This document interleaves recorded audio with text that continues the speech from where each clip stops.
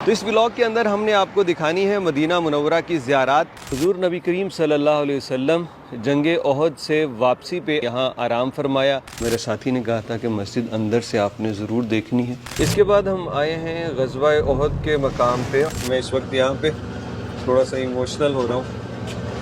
یہاں پہ یہ نقشہ دیکھ لیجئے، یہ غزوہ احد کا نقشہ ہے، مقام احد ہے۔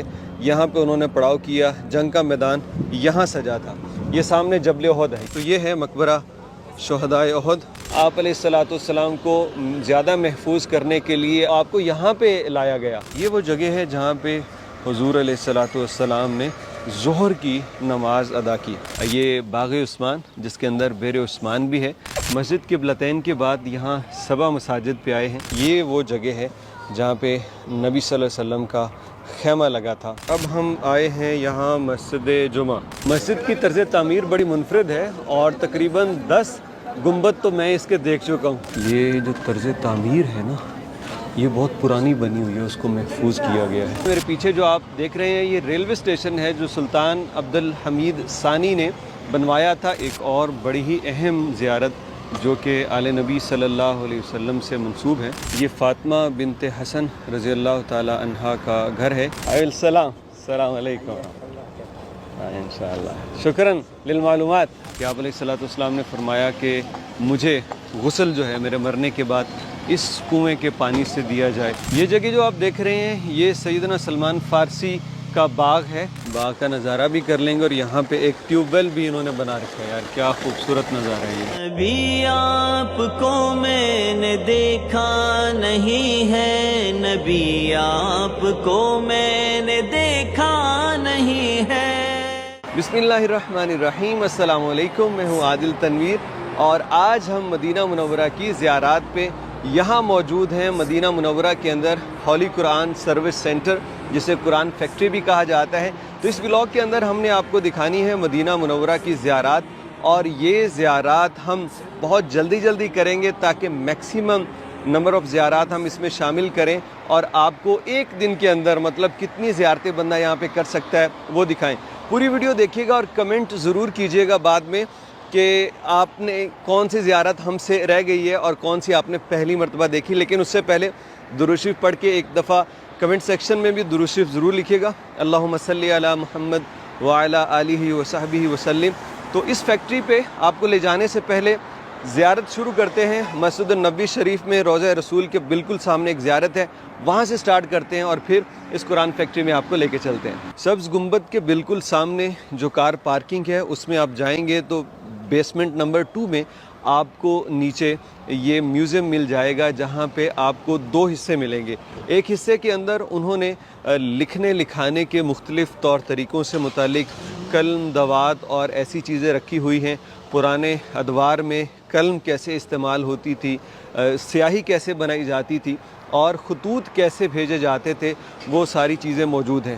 اگر آپ دوسری جانب جائیں تو وہاں پہ آپ کو قرآن پاک کے نسخے ملیں گے جو کہ ہڈیوں کے اوپر، لکڑی کے اوپر، کپڑے کے اوپر اور دیگر چیزوں پہ لکھے گئے ہیں، اور کہا جاتا ہے کہ اس میں ایک سیدنا عثمان بن عفان رضی اللہ تعالیٰ عنہ کے دور کا نسخہ بھی تھا جو کہ اب نہیں ہے۔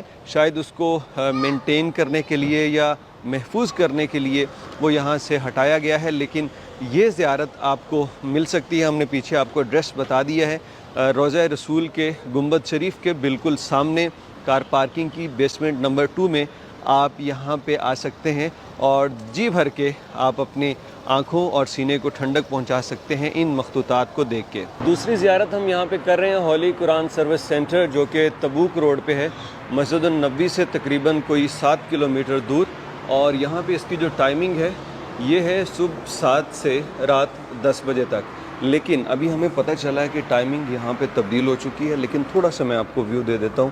یہاں پہ قرآن کریم لوگ خرید کے ہدیہ بھی کرتے ہیں، اور جو فیکٹری ہے جس میں ہم نے جانا ہے وہاں پہ قرآن کریم جو ہے آنے والے وزٹرز کو فری بھی دیے جاتے ہیں۔